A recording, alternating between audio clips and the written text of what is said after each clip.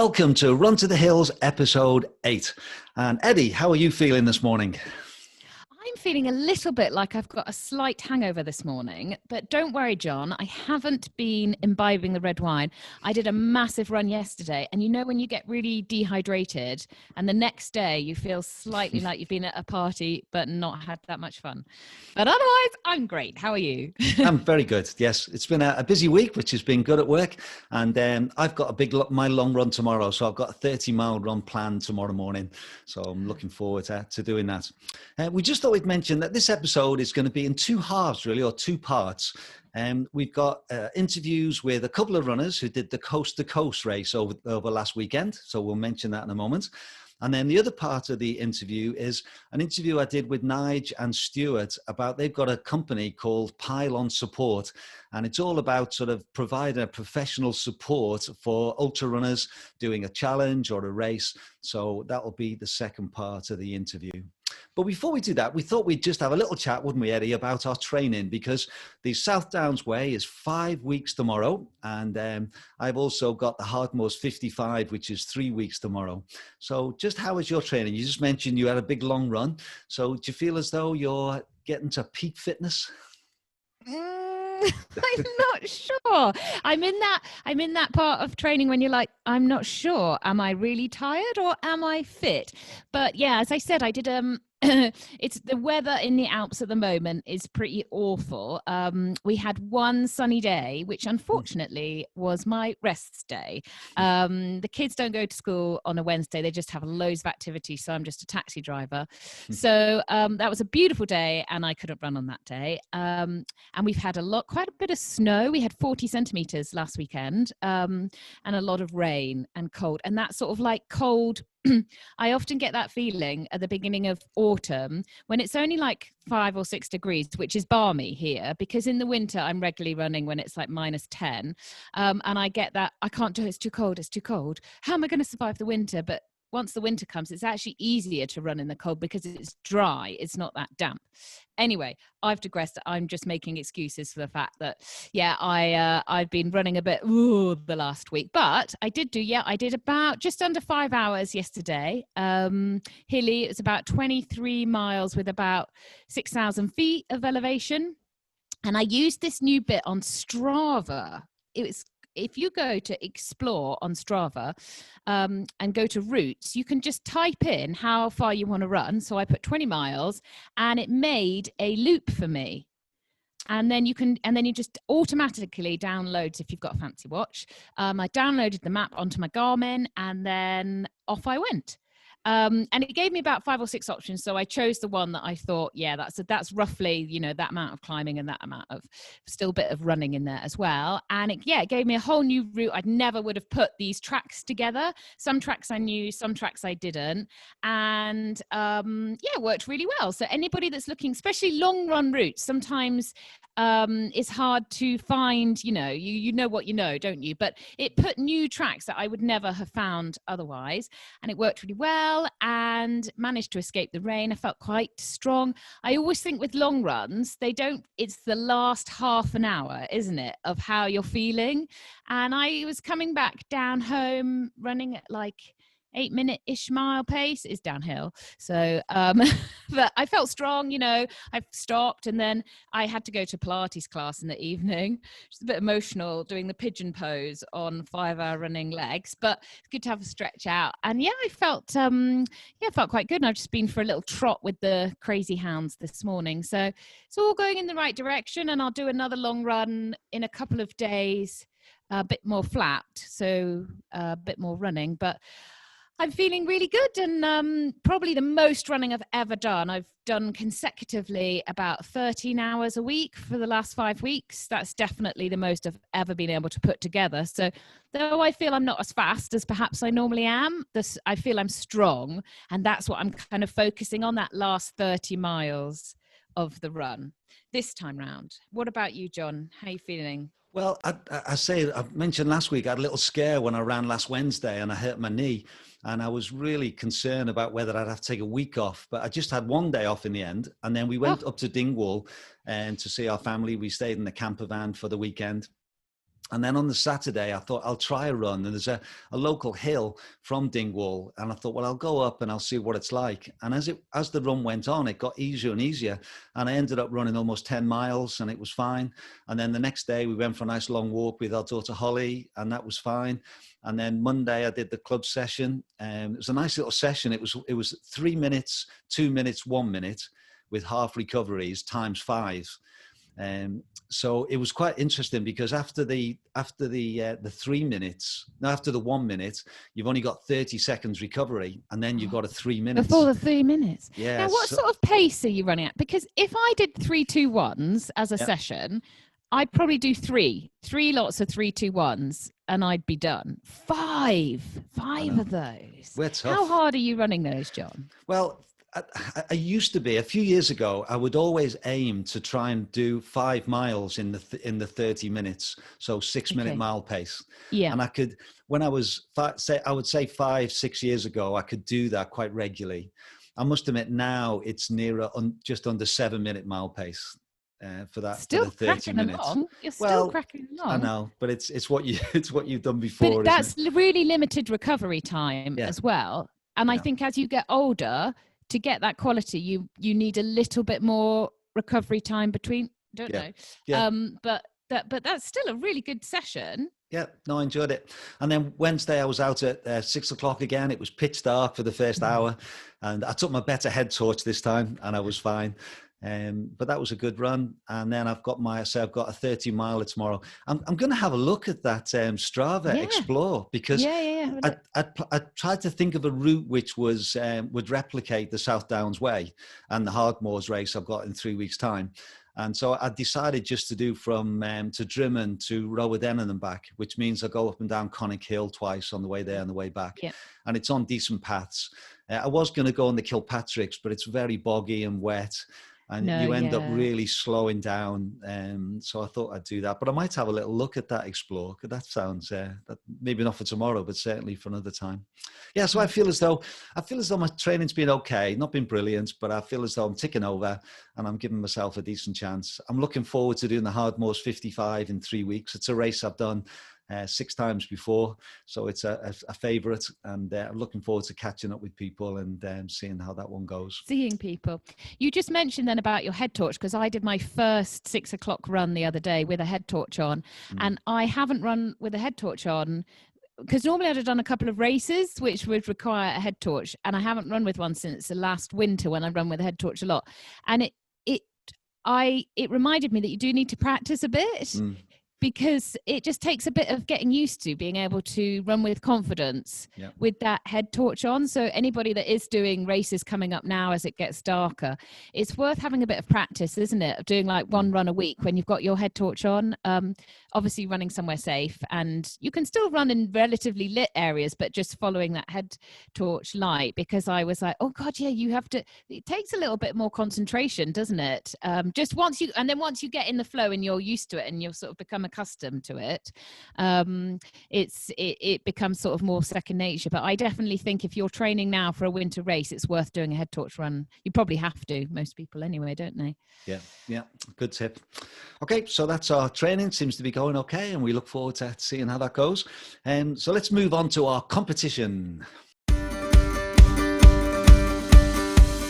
Okay, so last week you asked people to post some photos, and we've had some on Facebook, and people have in their various poses. So which was the one that made you laugh or you enjoyed the best, Eddie? Well, I'm a bit disappointed, John, that you didn't partake in this challenge. I gave it my all yesterday and had to stop eating my cheer charge bar to take my picture.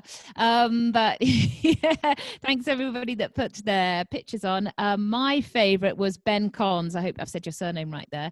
And he posted a picture of him and his workmates out running in obviously freezing temperatures. Must have been last year maybe. And their eyelashes are all frozen. They look like there's some kids movie, The Grinch or something, and that everything's frozen, and he's got glasses on which look like they're about to crack in the ice. Made me laugh, and also I thought that's funny because that's how I look most of the winter runs from December to February around here. So Ben, there's a box of, what is it this week, John? It was Is it flapjacks for this week. flapjacks? Now, Yep. we're slightly concerned that there's 3 of you in the picture. So we're going to leave it to you, Ben, to divide those up however many you want to give to your mates. It might be you just give them one. They might not listen to podcasts, so they might not know. But yeah, enjoy those flapjacks. And thanks, everybody that entered. And there will be another competition coming up in a moment. Right, we thought for this week, top tip, that it was my turn to have a bit of a thought. And because I was interviewing Nigel and Stuart about support, I thought it'd be quite interesting just to do the blog post about support teams and how that works. And I think basically we feel, ultra running is a very individual sport. You spend hours on your own. Obviously, it's nice to be able to run with people when you can, but we basically spend a lot of time on our own. And it does feel quite a personal challenge and a lonely thing at times. But one of the things which I think we are aware of, that having a good support team is vital. And having a team behind you that helps you. And different races have different thoughts. So you've got some races that allow a support team, others don't. You've got some races that you can have a support runner with you and others don't. And there's lots of different ideas about how that works. And I was in the blog post I wrote for this week, there's 2 races that I've done which sort of show that. First, the West Highland Way race, which I've done 6 times and very involved in. And you have to have a support team on that one. So you have to have at least 2 people, and at least one of them needs to be able to run with you if you go through a second night and you need help. So that creates an atmosphere where you meet your support team quite regularly, and they can give you food and change of kit, so you don't have to carry too much. And it makes the race a lot easier in loads of ways because you've got that emotional support. And then another race I've done a couple of times is the Lakeland 100. And on that race, you're not allowed a support team. You can have family meeting you at 1 or 2 places, but they can't give you anything. They just have to cheer and give you a wave as you go past. And that creates a different type of race. You have to carry more things, and you have to look after yourself in different ways. So different races will have different ideas on support and how that comes together. And I think preparing for a race, you need to know what you do, what's there. So for a race like the West Highland Way, where you can have support regularly, you don't need to carry so much gear. So I train easy. When I train, I don't carry so much stuff. Whereas for the Lakeland 100, when I train for that one, I've made sure I carry a lot more because that's what you'll have in the race. So preparing in that way. And I think mentally as well, if you know that you're going to see your support team every couple of hours, every 3 hours, that can make a big difference to how you approach the race and how it goes. And I think with the Lakeland race, it's quite interesting because the support teams, the marshals at each checkpoint, they become amazing. And some of them have fancy dress, and they become a real, your support. And if you know that's coming, that can really help as well. So with this podcast, and a bit later on, we're going to talk to Nigel and Stuart. And I think they looked at the whole idea, and some people struggle to find support. Maybe don't have friends, maybe from overseas. So they wanted to put together basically a company or a group that will help people with their support. So we'll find out more about that in a few minutes. But how about your experience of support, Eddie? Have you got any other comments you'd like to share with the whole idea of support team? Yeah, well, it's interesting. And as you said, it really varies, doesn't it, from race to race? And I like the fact that, preparation, looking to see right from the start what you're going to need. I always encourage people to carry, for their long runs, to carry their mandatory kit in their pack, because sometimes it can be a bit of a shock if you're not used to carrying quite a lot of kit. It's a very different feel to running with a lot of stuff compared to running quite light, as you can do in some races. So I think preparation is the key. And I just wanted to mention a few things about if you have got a crew, and I've done races with crew, I've done races for crewed people.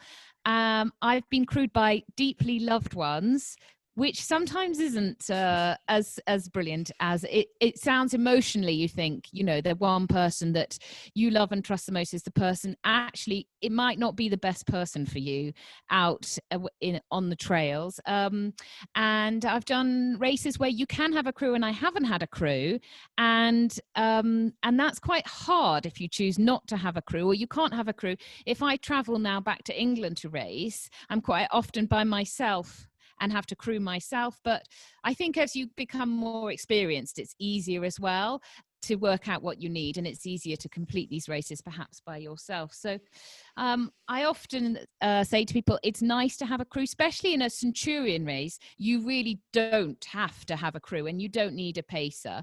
You can do these races yourself. And sometimes if you do a race yourself without a crew, a well-managed race with good checkpoints and well marked, it is almost gives you a real confidence boost on how it's because it's totally your own race. So sometimes you can throw yourself in it sometimes as you become more experienced with an ultra race. If you do choose to have a crew, it's a really good idea to get together with your crew beforehand and make sure you're on the same page. I don't know when you've probably crewed for a lot of people, John, but having a discussion with your athlete to work out what they're doing, why they're doing their race, and what they need before a race. And then they've got to hand it over to you as the crew member, and they've just got to focus on their race. You can't, that crew and that athlete can't be muddled, can it? Which is where it often goes wrong when you see it, don't you, in a car park with someone running and shouting, no, I mean, I may have experience of this. I want the thunder. Where's my thunder? You know, having a huge. But we always say, and I always say, what goes on the race course stays on the race course. It doesn't reflect the relationship at all. So, keeping it simple, I think, is really key, both as a crew member and as a runner, isn't it?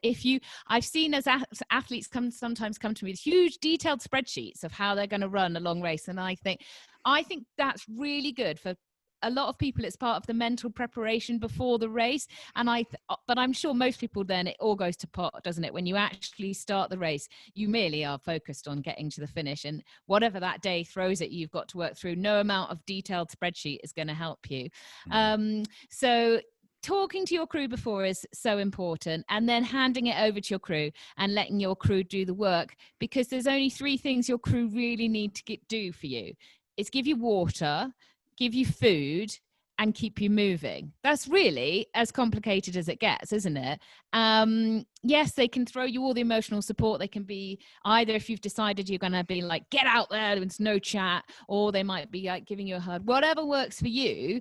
But really keeping it super simple. They give you the water or whatever, electrolytes. They give you the food. They check you're okay. They tell you what's coming up, big hill, you know, or the weather's coming in, get dressed, and then they send you off. So keeping it simple. But I mean, having a good crew can change a race experience. Last year I did Autumn 100, and you don't need a crew because it's a spur.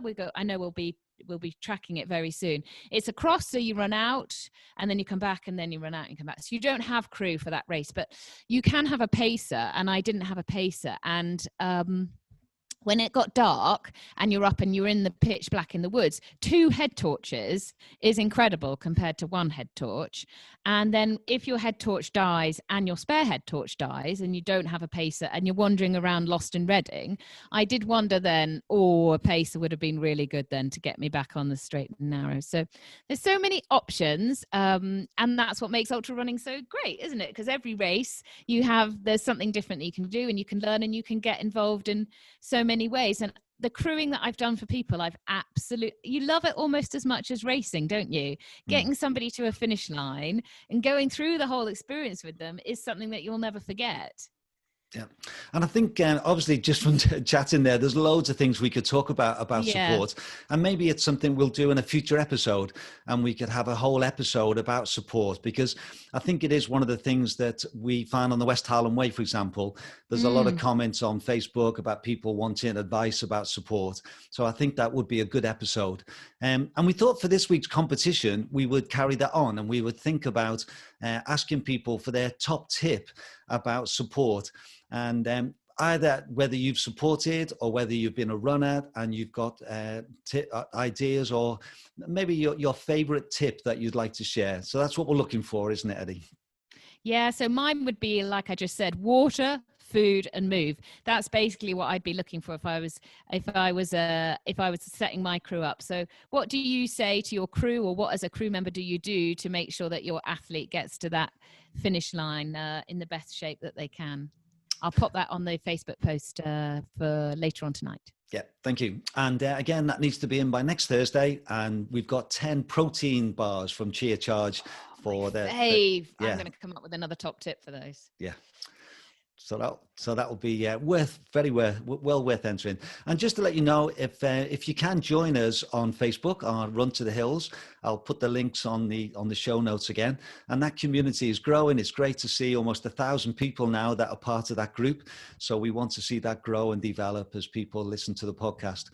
And also, there's been some lovely comments actually on different sites. I saw a lovely one from Kendra on the Hardmore's page saying that she's come across our podcast and is loving it and was recommending it to others.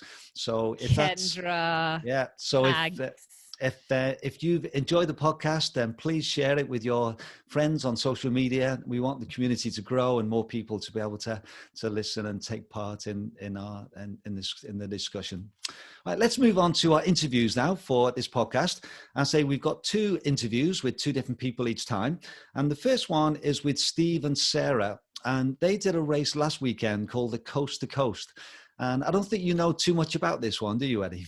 No, just before we came on air, you were telling me about how fabulous the interviews are. And I know the series of races, but I don't know anything about the coast. I presume my detective skills tell me it runs from coast to coast. So how far is that? What is the sort of route they're following? It sounds a long way. Yeah, it's 140 miles. And it goes from Whitehaven across the coast to Tynemouth, a bit higher than that.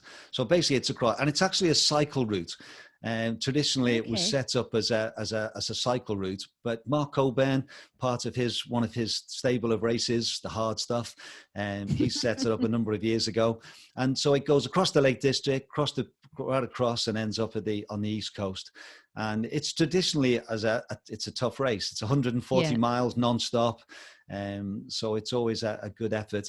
And so there's a couple of runners that I spoke to was Steve Braithwaite. And Steve's, I've met him a few times in different races. He loves the Lakeland races and the Hardmoors.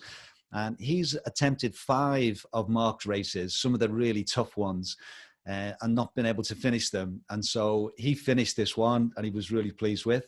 And then there was a girl, Sarah Perry, who is really new to running. She's a primary teacher. And she was the first female to finish this time and the second female who's ever finished it. And I think we should be seeing more of her. She's obviously a talented runner who's just getting into ultra running. So it was lovely to chat to both of them. And I think the interview, I enjoyed it because they were coming from different ends. Steve's done a lot of races and Sarah's starting off, as it were. So I think their relationship together and just chatting to the pair of them, hopefully you'll enjoy the interview.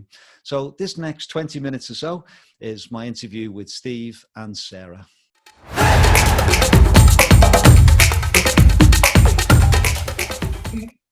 Okay, for this part of our Run to the Hills episode, I was really keen to speak to Stephen and to Sarah about their race that they did over the weekend, the Coast to Coast. So we're going to find out a bit more about that.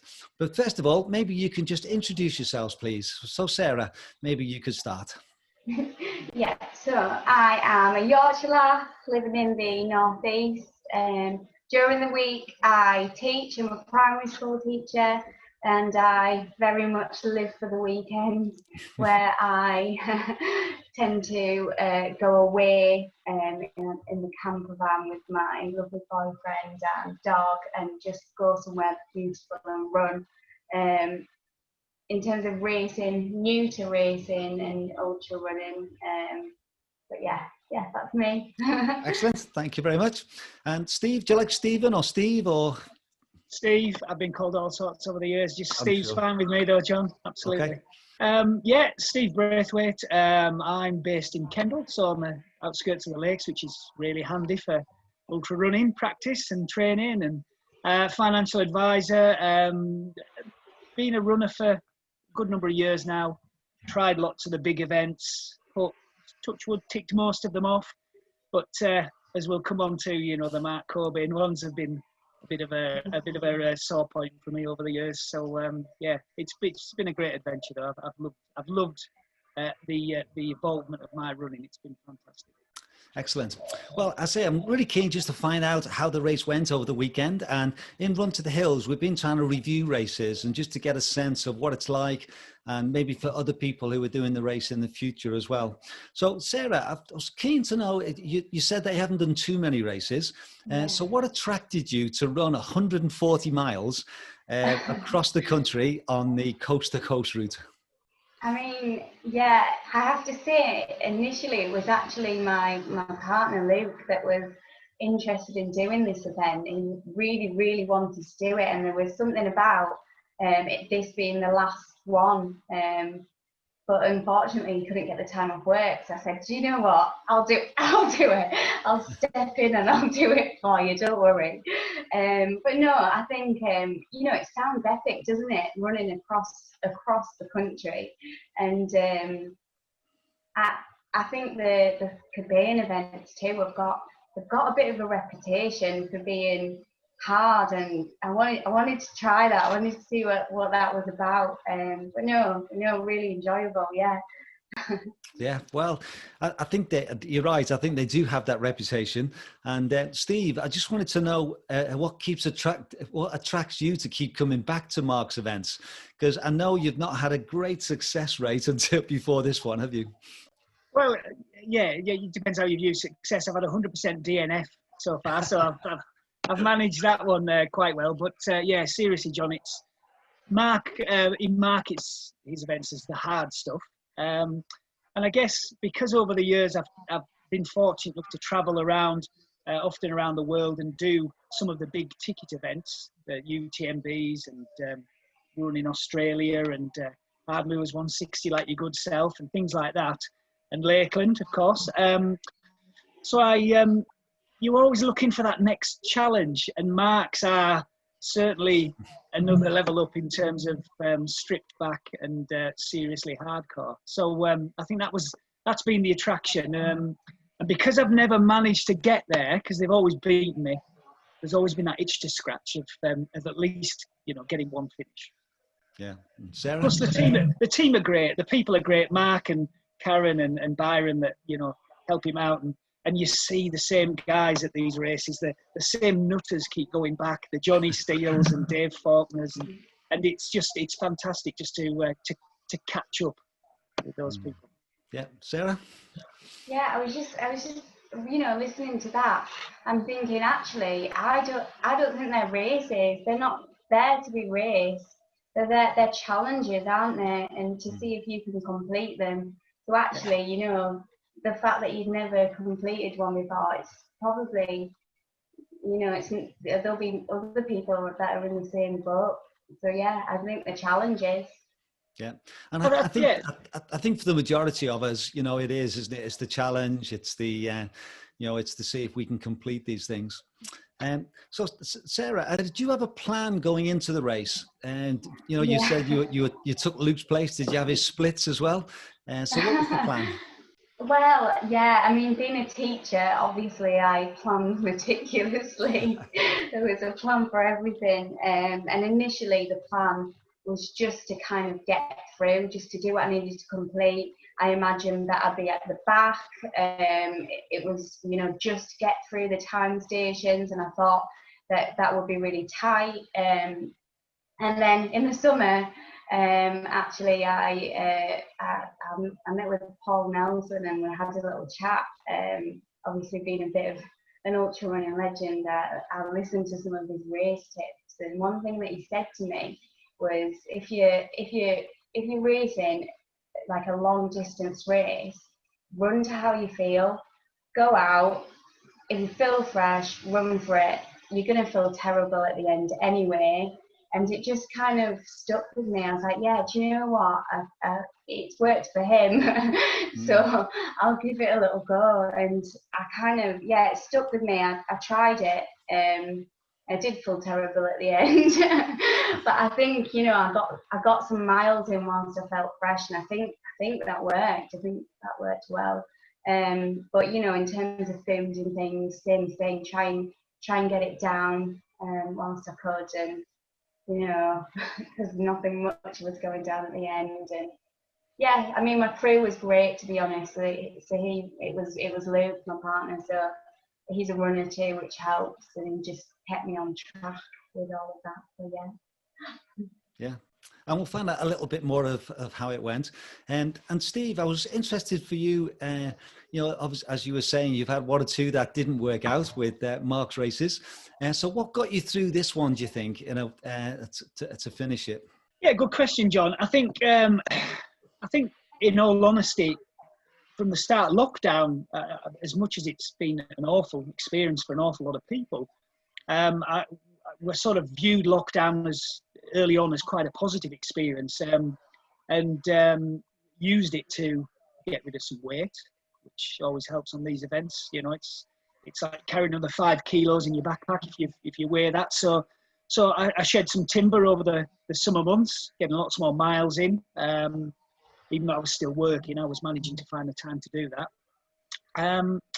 And I think of Mark's major events, I think this is maybe just about the easier of the ones, you know, compared with the long lasts and things, which helped.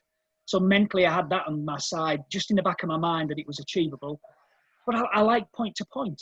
Point to point, going back to what Sarah was saying, it's a challenge, it's an adventure. And some of the other things, the hill, up and down the same hill, goodness knows how many times, or the tunnel, you know, that was a crazy idea. But the point-to-point nature of it and the iconic route just appealed to me. And I think all of those things, coupled with having a fantastic crew in Ricky Martin, who's another hard-nosed runner, and everyone should have a Ricky in their life because he's super organised. He's a statistician for Boots, a data analyst, something along those lines. So he's very much organised and prepared and had everything ready. And I think that combination of getting rid of the weight, the iconic nature of the adventure, and obviously the backup from Ricky just paid dividends. I must just say, and my girlfriend Mick, she turned up at mile 60, completely out the blue, just to say hi and wish me well, and that really gave me a kick as well, because we just get to Langwathby and the night was drawing in, and that really helped as well. Yeah, it's amazing that just sometimes having someone who comes just at the right time can just give you that boost that you need, isn't it? It's great. Oh yeah, there's always, it's a roller coaster. You know, John, you've done so many yourself. It's a roller coaster of emotions. You know you're going to have great times. I think Paul Nelson was talking about it in one of the other podcasts. You know you're going to feel awful at certain times as well. If you accept that and you know it's coming, it's how you deal with that. And yeah, she came at the right time, and it just as the night was coming along, and it was fantastic. Yeah. And for you, Sarah, did you have some low points during the race? And how did you get through them? It was just, like Stephen said, it was just constantly up and down. I mean, you know, in the first sort of 100 miles, more up than down, and then, you know, it starts to get a little bit tougher and, you know, more down than up in the last bits. But just great crew keeping me going. And also, like Stephen said, just those people popping up along the line, just waving you past, and that was just amazing. I was so overwhelmed by the support of people. It was lovely. Have you memorised your finishing time, Sarah? Do you know what you finished in? Do you know what? I actually don't, and I feel like I should do. I'm sorry, I don't. I feel like it was 34 something. No, I think you were about 33, 50-ish, I think, Sarah. Okay, I'll take that. Yeah, it was excellent. Yeah, actually, normally I write it down, but I realised that I'd forgotten to write down. I saw your times, and I think you were within about an hour of each other, weren't you? It wasn't. It wasn't that much. About I think about 35, 40 minutes actually. But we were.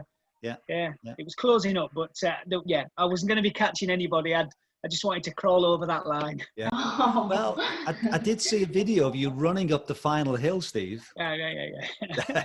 Yeah, that was all for the cameras. I knew that. I knew that was going to be happening. So I saved a little bit in the tank. And did you run up the last hill, Sarah?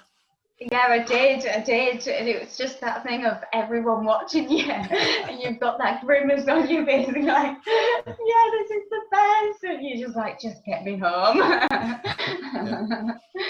Well, in our last episode, I don't know if you listened to it, but we were talking about emotional finishes, or a couple of episodes ago.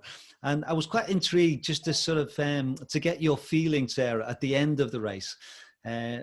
Just how did you feel in that moment as you finished? Yeah, just a massive mix of emotions. It's funny, isn't it, how you can feel such a range of emotions in a moment, but just completely overwhelmed. I think with being so inexperienced with ultra running, just the fact that I've managed it, because there is the thing when you're on the start line and you're looking at these people next to you like Adrian Martin and John Steen, thinking, what am I doing here? And then so the fact that I've managed it, a massive sense of pride. Again, overwhelmed at the amount of support I had. John and Shirley still popped their heads out and cheered me on at the end. It was just like, oh, that was lovely. Just relieved to be able to stop running. And the last thought I had was, how am I going to get to work tomorrow and teach 30 kids? Have you told your class what you did? I haven't, but they've been really lovely this week. They've been helping me lots. We've been doing lots of sort of seated activities. Is it a young class you've got? It's a year 6 class, so they're 11. Right. Okay. Yeah, really lovely. Yeah, so they would understand what you've done. Yeah. Well, we do, probably not actually, because we do the daily mile, and it's not quite a mile, and they think that they do a mile in 2 minutes. So no, I don't think they'd understand really. Brilliant. And then, how about you, Steve? How were your emotions as you ran up that final hill?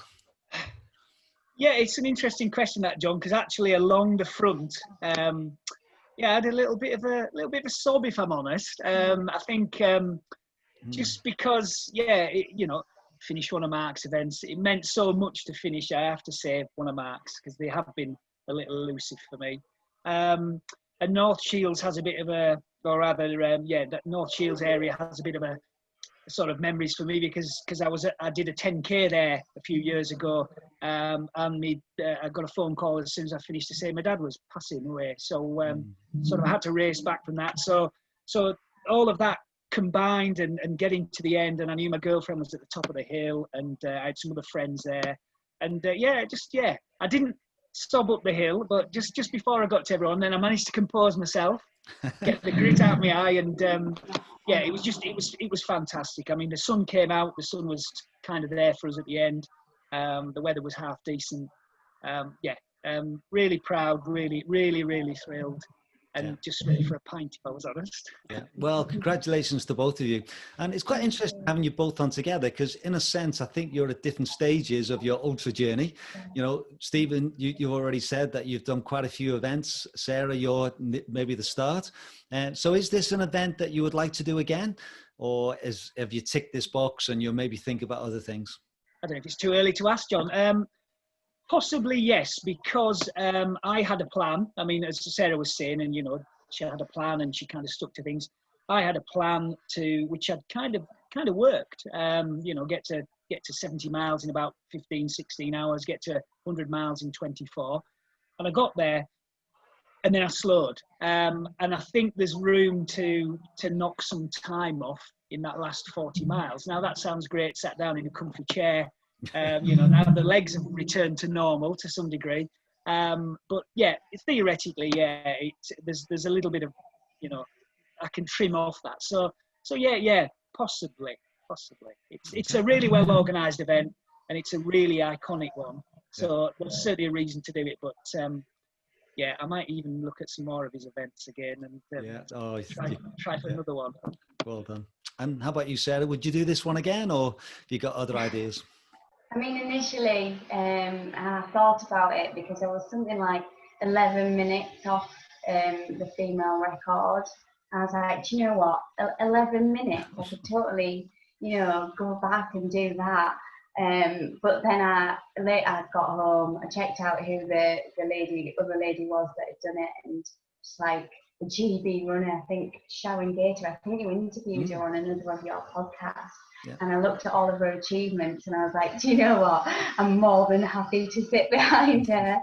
And the other thing is, it just going back to what we were saying before, it's a challenge. You know, it's not a race, we've completed it.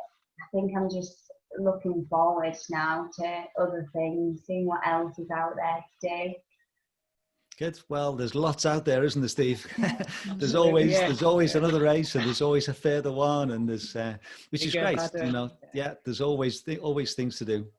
And the final question for both of you. This is something we've been asking to each of our guests on Run to the Hills, and that is, what is your favourite distance to race? I'll let Stephen go first, so maybe you've got a bit of time to think, Sarah. Right. Well, yeah. No, that's an interesting one, John. It's a boring answer. In fact, to be brutally honest, at heart, I've always been a road runner, and then stumbled into trails. So if I had to pick a distance, I'd say a half marathon, because I could just purely run that. There's no need for nutrition. There's no need for water. There's no need for anything. So the pure out and out running, I really do like a half marathon. But in terms of, if I had to say a race, which I know wasn't your question, but I know on some of the other podcasts people haven't been able to answer the distance thing. Yeah, it'd probably for me to toss up between Lakeland 100 and Hardmoor 60. Love both the events. They both have draws for me for different reasons. Yeah, likely to carry on going back. I've done them numerous times and will carry on going back. They're just fantastic events. Okay.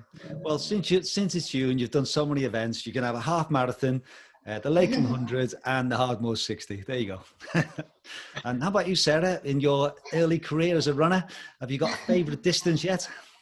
No, to be honest, I've no idea. I've no idea what I'm good at yet. And, you know, I've done a few odd things. Like I've done a Hardmoor half and, you know, a 50, a 60, a 100, that sort of thing.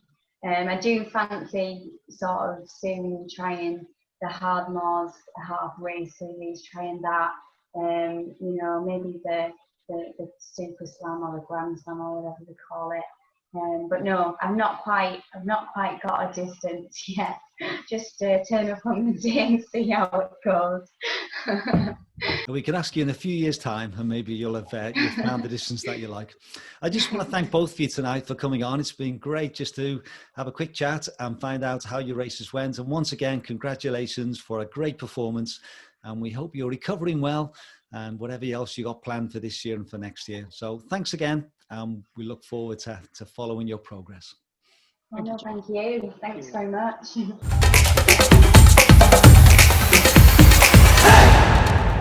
So I hope you enjoyed that interview, and maybe if you want to find out more about that race, I'll put a link on the show notes, and maybe that's a race you'd like to have a go at next year and tackle that challenge of running across the country. Would that appeal to you, Eddie? Would you fancy doing that one? Yes. As you were telling me all about it, I was like, I love a point-to-point race.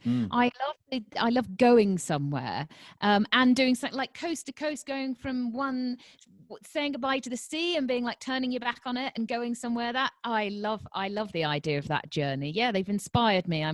His races though, Mark's races, I mean, they are brutal, aren't they? And I just like can't get my head around a lot of them.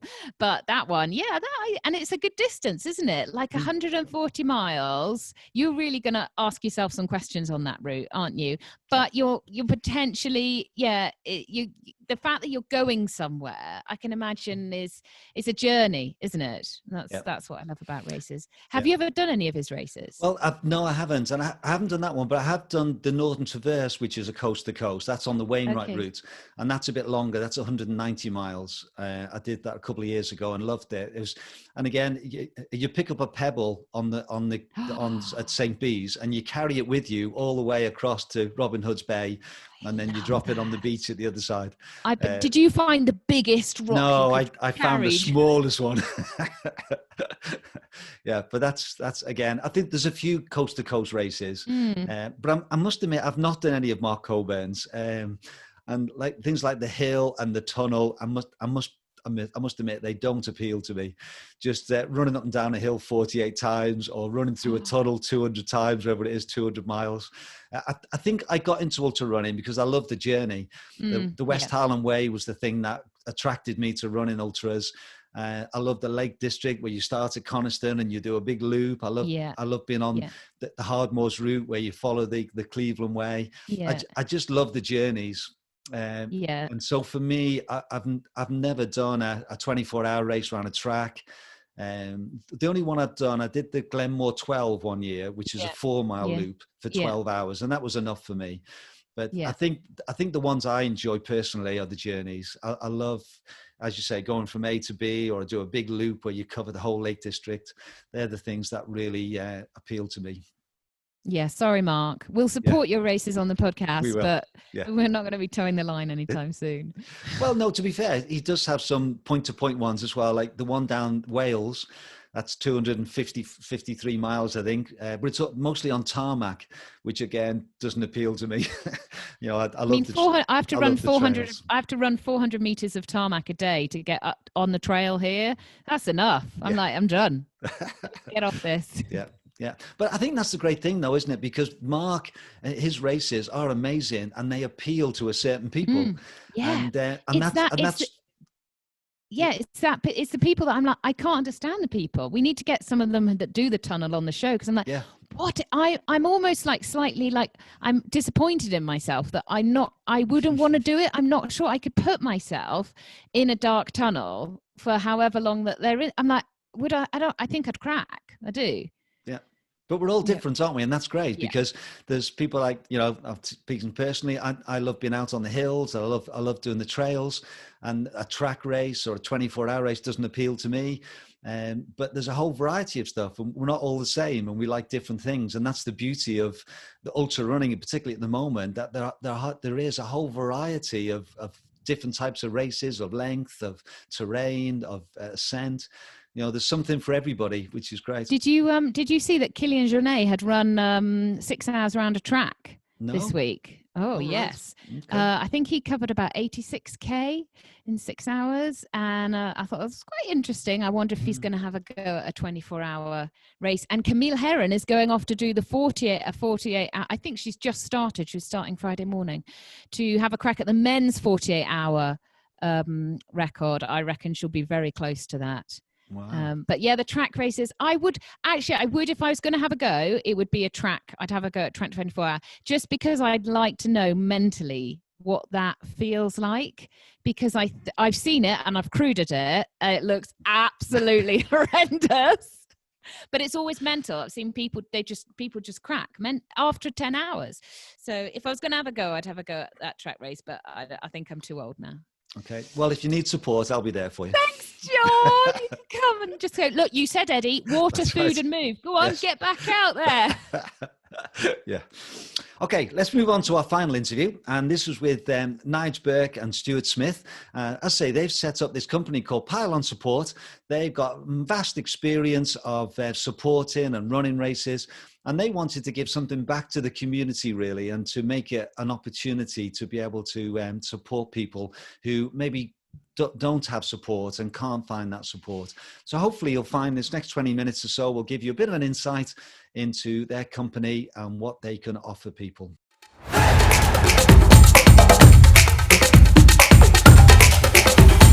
Okay, for this week's episode of Run to the Hills, we've got Nigel and Stuart, and I was keen to get them on the show because they've got quite a great idea about support, and so we'll find out more about that. But maybe to start with, guys, you could just introduce yourselves. So, Nigel, tell us a little bit about yourself, please. Hi, my name's Nigel Burke. I live in Bolton. Background in the outdoors. I started off back in the 70s doing Duke of Edinburgh Award with school, obviously, and then went on to help out at an outdoor centre, which I'm still involved in Longsleddale near Kendal. Joined the Mountaineering Club of Bury back in the 70s, late 70s, and from there just done everything really, from mountain marathons to marathons, cycling all over Europe. climbing, ice climbing, skiing, you name it, I've probably done it, to be honest. But Excellent, good. Well, that's given us a little bit of a feel of your experience. And Stuart, again, I know you've done lots of different things, but maybe try and just give us a taste of what you've done. Yeah, hello, Stuart Smith here. I was originally from Bolton, but now I live up in near Penrith, home of Tarzan, actually, just a little bit further west than Penrith. Yeah, like Nigel, I ended up doing lots and lots of different stuff, really. I guess I started off sort of hill walking, and then I saw people running past me going up places like Bowfell and things like that, and I thought, well, I could do a bit of that. Bicycles brought a bit of freedom to myself, so I ended up sort of joining the bicycle club. We did lots and lots of cycle touring, then we did lots of bike racing, and then mountain biking came along. Did lots of mountain biking, raced for a club from Blackburn, and we did a little tour across Iceland, which was about 4 weeks long.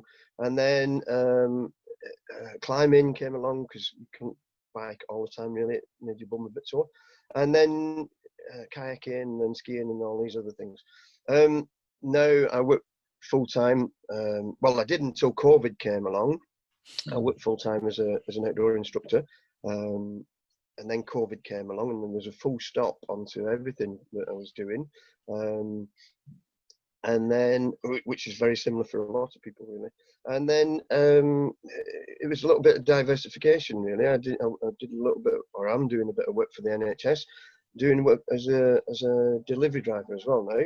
So that all sort of kicked off. Yeah, great to meet up with Nigel again.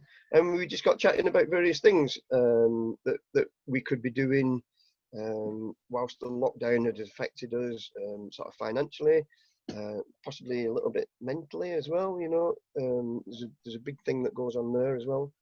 And we started chatting about things that we could look to for the future. Yeah. Okay. Well, that gives us a bit of a feel of your background as well, and that leads in quite naturally to chat about this project that you've got. So maybe to start with, guys, you could just tell us a little bit of the background to it and what the overall thing is that you're seeking to do. It was something that we sort of thought of, and like prior to, you know, probably on our chat out and about. As Nigel just alluded to there, you know, I've been involved with events from being on the start line to being probably a lot more now in the past few years on the support sort of side in various roles, and we were looking at various things to try and help support some of the friends and some of the people we were out and about with. So we came up with an idea of being some sort of professional support. Where people can be engaged in with ourselves, and we go along and give some support to. Have you got a name for this venture yet? Are you still thinking of that? we just came up with one, just a simple name, and it's called Pylon Support. Now, whether that's a bit of a play on words by Stuart, it probably is, to be honest. I guess it sort of came from like a pylon being a big sort of structure that carries a lot of useful and energy efficient material, but equally it also then gives us some skeleton to put some meat onto. We can then add more and more onto the support, you know, with time, because each and every person who's going for a record or who's just fancying a longish run will need something that's individual, catered to them, really. So that's where Pylon Support came from. Okay, excellent. Well, we've got a good a sense of what it's about, the overall.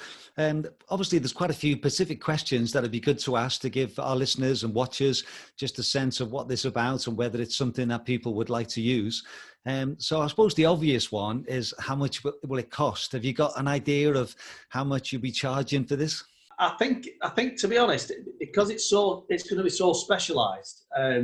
You've got to look at van hire. You've got to look at fuel costs. You've got to look at staffing costs, food costs.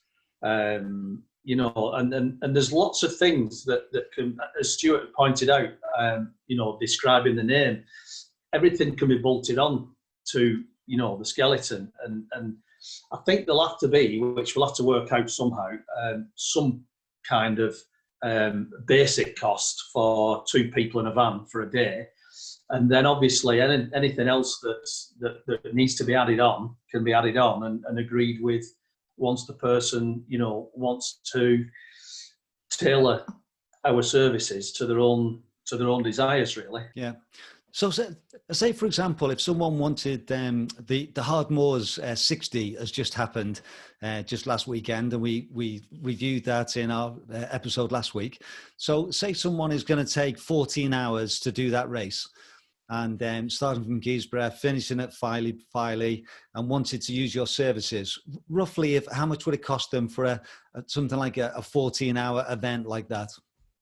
Again, it's hard to put a figure on it. It depends how many people they want. If they wanted one person in the van, I think the minimum we charge was a full day, because obviously we've got to turn up to meet the people, unless we've done so beforehand. Organise things beforehand again with checkpoints, with RV points, those types of things. So I don't know. It could be anything for one man in a van for 24 hours. Could be anything from £200 upwards, but everything's negotiable, obviously. Okay, well, that gives folks a bit of a sense of what we're talking about. I realise it's difficult because everyone's going to be different, and there's going to be a sliding scale on what people wanted. But I think if people are listening to this and they're thinking, yes, I would maybe like to use your services, that they need to have a ballpark figure, don't they? An idea of whether it's within their budget, whether it's something which they would, they would value enough to be able to spend that sort of money on. So that gives us a sense of where we're at. What sort of vehicles that can you supply? Have you got a vehicle? You talked about hiring something, but have you got a sort of a vehicle which is going to be ready made for this sort of thing? Yeah, currently I've got a van which I use for my other business that I run at the present, and I've used that vehicle to good effect for doing logistics on a well-known race which goes up the backbone of Britain, and I've done that for a few years now, where I've helped out with the logistics side of things on that. So I've got that readily available, and that's ready now. If any, in fact, in a couple of weeks, I'm helping out someone to do a triple Bob Graham round in 2 weeks. A triple? Yes, a triple Bob Graham round. So watch this space on that one. That should be quite entertaining, actually. But anyways, but yeah, we've got that vehicle. That's not an issue. We've got 4x4s as well. I own a 4x4. Stuart's got access to all sorts of other crazy vehicles through his contacts in Cumbria, where we can get quads and all sorts of other things. I think Stuart can highlight what other vehicles probably we'll be able to get access to. It's a slightly future plan again as well, in terms of where people are going and what people are looking at. We've sort of talked a little bit about the front end type of runner, if that makes sense, or long distance walker or cyclist or whatever it is at the moment. There's film crews that are involved in this sort of thing who want a little bit of access, who want a little bit of welfare place. They want somewhere to charge batteries up. They want somewhere to do a little bit of editing. So there's film crews and that sort of groups of people. And whether I was talking recently with a friend of mine who's a photographer when we were working up in Scotland on an 8-day race up in Scotland, and he was using an e-bike, and that had never crossed my mind to use an e-bike. He was sort of saying it saved him a lot of time to get up onto the mountains. Obviously, the tracks are slightly different up in Scotland. You get a lot of stalker tracks and things like that. But then that then leads on to quad bikes, skaters, which we've used in the past for sort of response teams whilst we've been on some events. Hey, and what about, obviously you two guys are involved, but have you got other personnel that might be able to be involved in this as well? There is a lot of people who've been involved with whether it's medics, whether it's, as we were just sort of saying, about photographers, whether it's about specialist drivers, if we need a sort of off-road 4x4 driving. I have done some of that. I did a blue lights driving course, and currently as a delivery driver, obviously some of that's on curb driving as well. So there is quite a lot of a big network around us that we can draw on resources if necessary. And what about the sort of catering side? Would that be something that you would offer as part of this service? Again, that's all, and that's in the mix as well. Or if you pardon the pun, sorry, we have some great contacts in there that have been used and tested on multi-day events, and they obviously can be in the mix as well, whether it's frozen stuff that we get, or whether it's actually live catering on site. That can all be added to the pile on support too. Yeah. Obviously, I suppose that thinking about someone who was doing a record attempt, like say, for example, this triple Bob Graham, which sounds incredible. If someone was doing that, is that something that you could help the whole thing with, so they can just concentrate on doing their challenge, and knowing that you guys can be looking after all the logistics and the support side of it? Yeah, that's something that I've been in talks with the guy that's doing it, because obviously he's got his contacts for his pace people and his navigators and things like that. But again, that's something we can organise if need be, because we've got all these hundreds of contacts where we've met them on events, etc., and we know people that can go and pace people at the drop of a hat.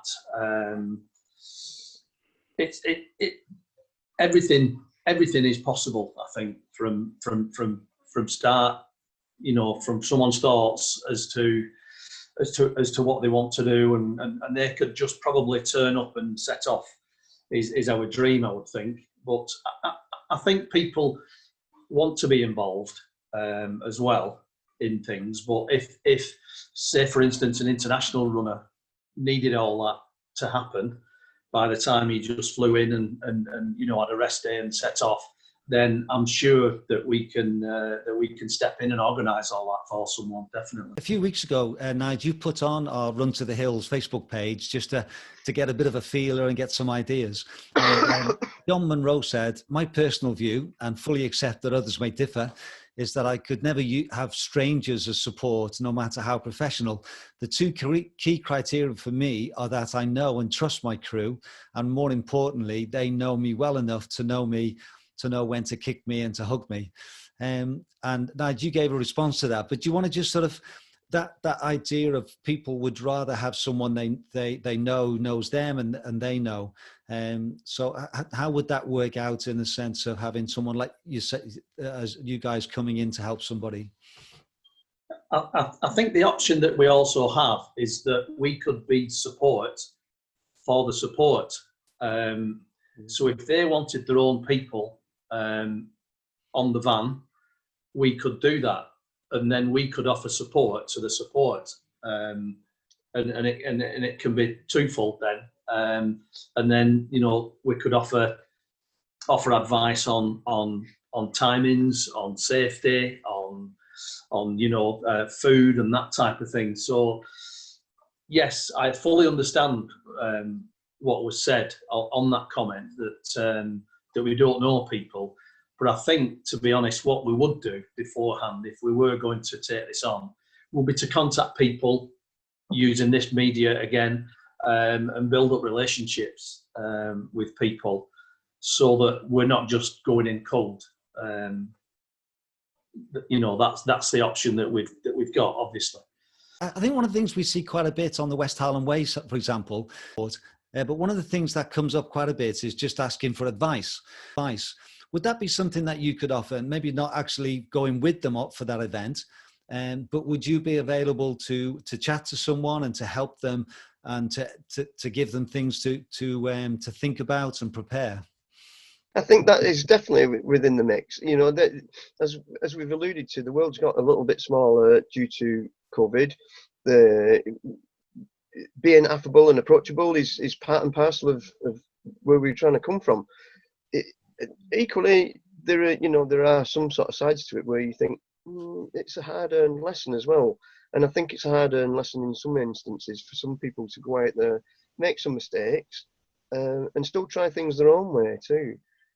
That's the difficult balance of sort of going, no, just go and do it yourself and find out, and you forget all your forks, or you forget chairs or something like that, or toilet paper for the toilet or something. Yeah, I think that's given us a real sense of what you're offering and what it's about. Have you got any final comments? Any if people want to contact you, how do they go about that? And maybe just some sort of final thoughts.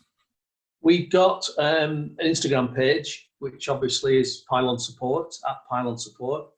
We have a Facebook page, which again is Pylon Support. You can contact us through those mediums. My phone number's on that. A lot of people know Stuart.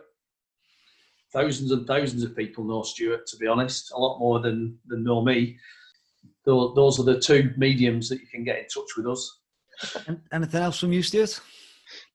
Well, as Nigel sort of said there, and as in part of previous answer, it's good to talk. We are around on a lot of race events and things like that. We're around quite a lot of the time, really, and people can easily sort of get in touch with us personally or through Pylon Support, which is at Pylon Support, PILE on support. Great, and we'll put a link on that as well on the show notes, so people can link to that. Okay, well, thank you very much for your time this evening, and we wish you all the best with this new venture, and maybe in episodes in the future when you're involved in something, we can find out how it's all gone as well. So thank you very much for tonight. I say we wish you all the best, and to see this develop and grow. Thank you, John. Thanks for putting this together as well, and thanks, Nigel. Yeah, cheers, John. Thanks very much. Okay, so I hope that you found that interview helpful. And if you want to contact Nigel and Stuart, then again, I'll put details on the show notes that you can get in touch with them. So Eddie, come to the end of this episode. What have you got planned this weekend? Anything exciting on? Oh, John, my weekends are crazy. Loads happening. I'm going to do a flatter, longish run on Sunday. The weather, as I said, is more snow as expected here in the Alps. So I'm going to do, just tick over. I might do a little bit of a progressive run tomorrow, depending on how my legs are feeling after yesterday. And then Sunday, I'm going to do a longer sort of flattish, my flattish run's still pretty hilly, but stay quite low because the weather is not going to be great. And yeah, just looking after the kids and the endless activities. What about you? You've got your 30 miler. Yeah, so I've got my 30 miler tomorrow, and then on Sunday we're off to a wedding. Katrina's brother's getting married on Monday. So he's getting married. There's a castle just as you come into Skye. It's iconic, Elon Door, I think it's called. Is it the one in James Bond? Yeah. So he's getting married there on the Monday evening, and then we're staying for 3 nights, Sunday, Monday, Tuesday. So that's going to be lovely running up there. Yeah, so it's going to be. I'm not sure how much running I'll do, but it'll be a real treat to be able to do that. Is there number restrictions in? Yeah, well, it was always planned to be 18. Okay. So I think but the wedding was planned to be April. Obviously it was delayed. So it's they were a bit concerned a week or so ago when they changed the restrictions, but it can go ahead. It's just a little bit earlier because we have to finish by 10. Of course, you're going to line up where we are, aren't you, at 10? Yeah. Yeah, so I'm looking forward to that. Have a lovely time. Just mention as well that next week's episode is going to be something slightly different. I've got an interview lined up with David Riley, and we're going to talk about mental health and ultra running. And David's someone who wanted to share his story about how ultra running has really helped him in his overcoming and his feeling towards mental health. And also, I'm going to speak to a girl called Gail, who's a Scottish runner, who's been very upfront and honest about her own struggles and how that's found it. So I think next week's episode will be slightly different, but I'm really looking forward to chatting to them and being able to share that with you next week. Absolutely. And it's more important than ever to talk about how we're feeling and also how running, I'm sure you agree, it's saved us this year, even though running has looked completely different to all of us this year to how it normally does. It's definitely kept me on the straight and narrow. The running has just being outside. So it'd be really interesting to hear their stories, and I hope we can do them justice next week. I hope so. So I'm John Kynaston, and this was episode 8. I'm Eddie Sutton, and let's run to the hills.